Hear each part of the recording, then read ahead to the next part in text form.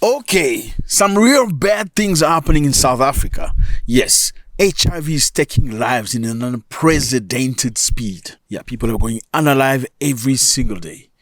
This is really bad. But before we talk about this, we're going to go to Mali. We're going to talk about Mali first. Why do you pull face when we say we're going to talk about Mali first? No, my brother, life is not just about South Africa. Let's go learn about Mali first. Then we're going to come back. Let's go.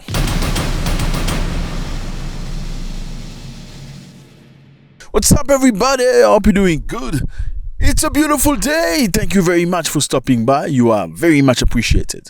Well, I know your first time here. Thank you very much. My name is Zack. I don't know who you are, but if you watch this video till the end, we're going to love each other. If you come from South Africa and because of the thumbnail you came here, you're very welcome. You're going to love this, okay? Here we talk about most of Africa. We talk about Uganda, Kenya, Tanzania. You want to know about Nigeria and all the stuff that they do right here. You want to know about South Africa. You want to know about Egypt. The right place. Okay, so today we're going to talk about Mali. Here's Mali, just before South Africa. Mali's here. Beautiful place, lovely people, amazing. Well, something really interesting has just happened in Mali. What?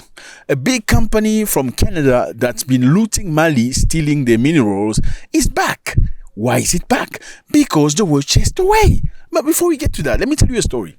You know, in life, sometimes you need to tell people that you don't need them for them to realize that they actually need you. I mean, you could be getting things coming from somebody, but then they feel like they own you because they give you some things, whatever it is. I don't know, a monthly retainer, they give you money every month, whatever. I mean, women like that though, and I'm just kidding. Sometimes you need to strengthen people by showing them, you know what, thank you very much for hosting me, but that's not the reason why you should be disrespecting me in your house. I understand I'm going through a very difficult time, but that's not the reason why you should be locking the door at 6 p.m. saying at my house people go to bed at 6 p.m. I understand. I'm staying at your house for now because I'm going through some stuff, but I'm an adult. You're not going to lock the door at 6 p.m. Maybe I need to say to you, thank you very much, goodbye.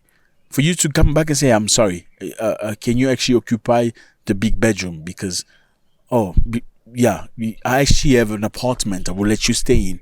So you don't have to stay with us. That's what happens sometimes. Now, in Mali, something very interesting has just happened. This company used to take gold, lots of gold. It's called Barrick Gold. They used to take a lot of gold and they never used to pay tax. Why? Because they're Canadians. They can come to an African country and take gold, lots of it, and don't pay tax. Now, why do they pay tax? They don't pay tax because in most African countries, you just need to speak to a supervisor or some sort of a minister. You give him some couple of millions, you know, and the people that are following him, make sure they're eating well, people in the government. And you can take whatever you want without having to pay tax. Some countries in Africa are now getting serious and tightening up. But in most African nations up until now, you just have to come, bring some millions for the top guys, and that's it. You can steal and loot and take as much as you want. Now, something different has happened. What has happened? In Mali, they have a brand new government. The brand new government came by force. They didn't win the election. They chased the previous government. Why did they chase the previous government?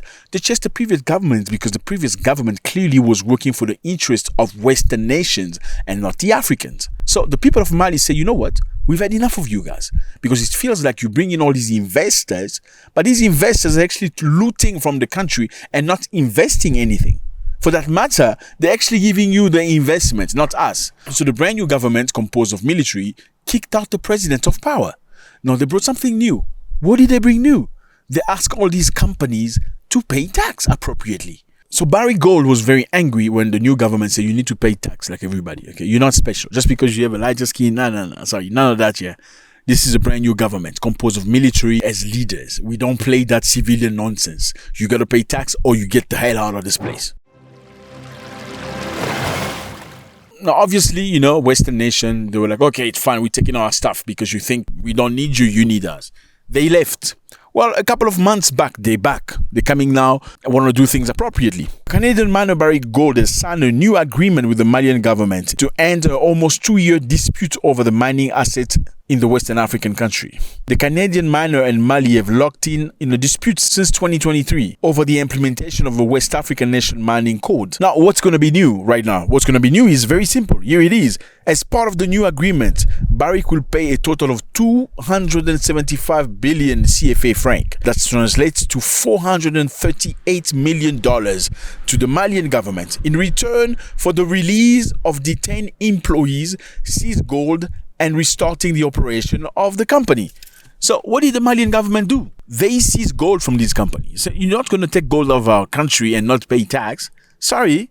They seized gold while they locked in employees who were shady, put them in jail. Then they stopped the entire operation. Just imagine an African country seizing gold from a Western nation company, putting employees in jail because they've been looting the country, then stopping operations. Now what has occurred is the Western nation has come politely saying, hey, we are sorry, we have your money, we want to do things appropriately now. Isn't that what African nations should be doing? Making yourself respected. Sometimes you need to cut ties for the ties to be clean. Okay, if they're holding you in a way that you don't feel comfortable with, sometimes you need to say, I'm sorry, I think I'm going to divorce you for a little bit. You're not telling them this is a temporary divorce. You're just telling them I'm done with you until they get right with you. And now we are going to South Africa.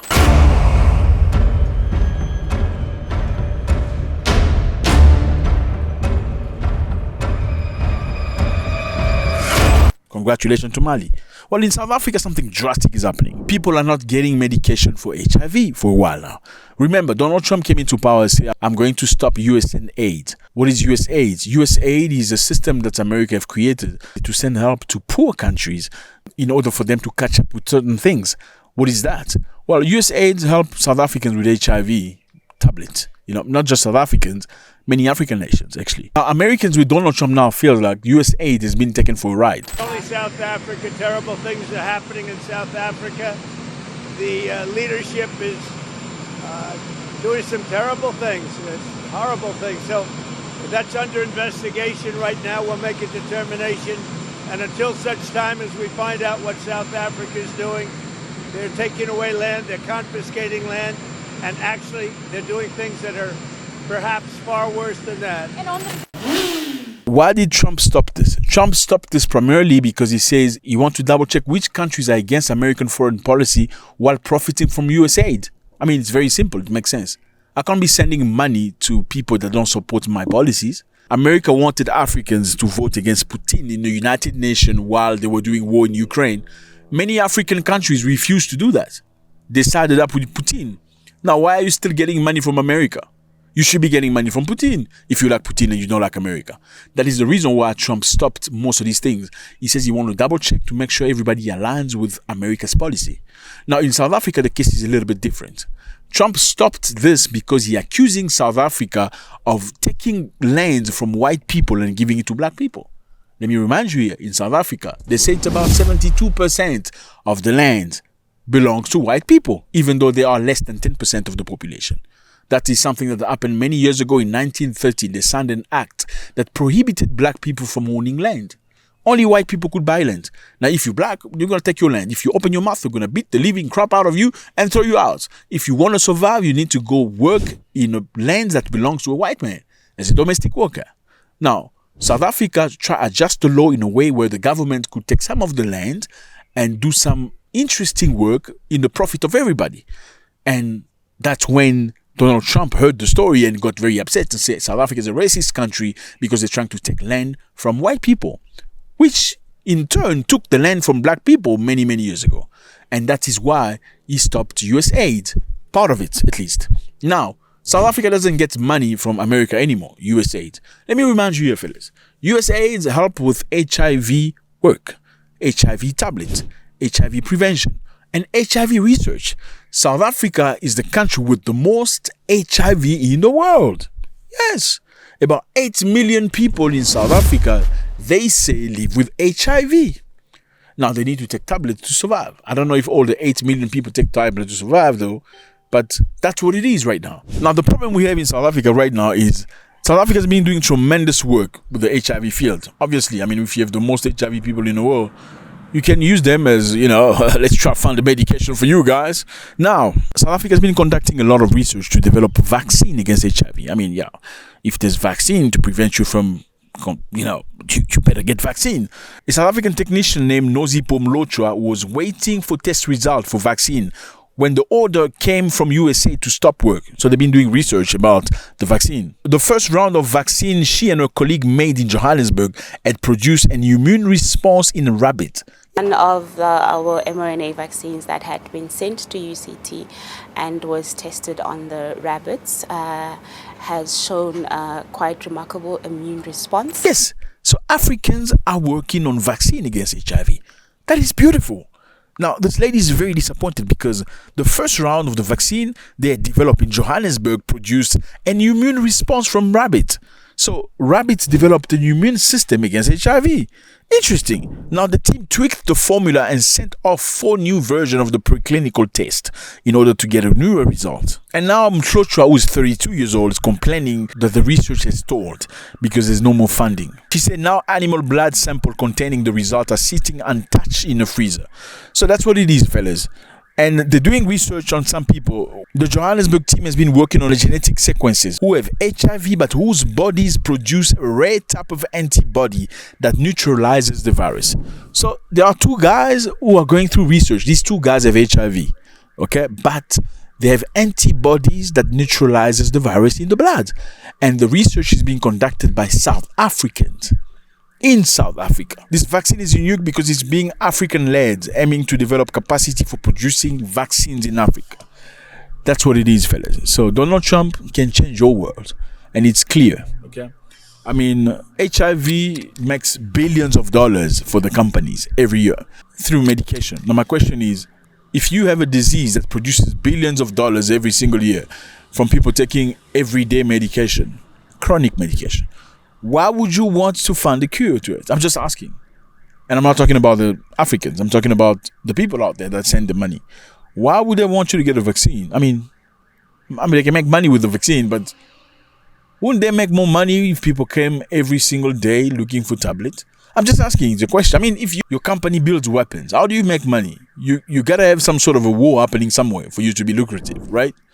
If there's no war, there's peace. How do you sell weapons? Who do you sell weapons to? You gotta create a boogeyman. It must be a monster somewhere people should be fearing for you to sell weapons or war, right? I'm just asking. Let me know how you feel about this, fellas. In Mali, they've regained respect. This company is coming back, but they're paying the money that is due to the nation, so the country will be able to develop appropriately. In South Africa, US aid stop is starting to show. A tremendous amount of projects has been stalled now, including the vaccine development for Africans by Africans. How do you feel about this? Why can't African nations put money together to develop this vaccine? Why does the vaccine for Africa have to come from Europe or America? I'm just asking, why should Americans or Europeans care about your well-being? I'm just asking. Don't you have brains? Don't you have goods? Don't you have minerals you could sell and make money and develop your own vaccines? I'm just asking. Let me know how you feel about this. It was a great pleasure. God bless.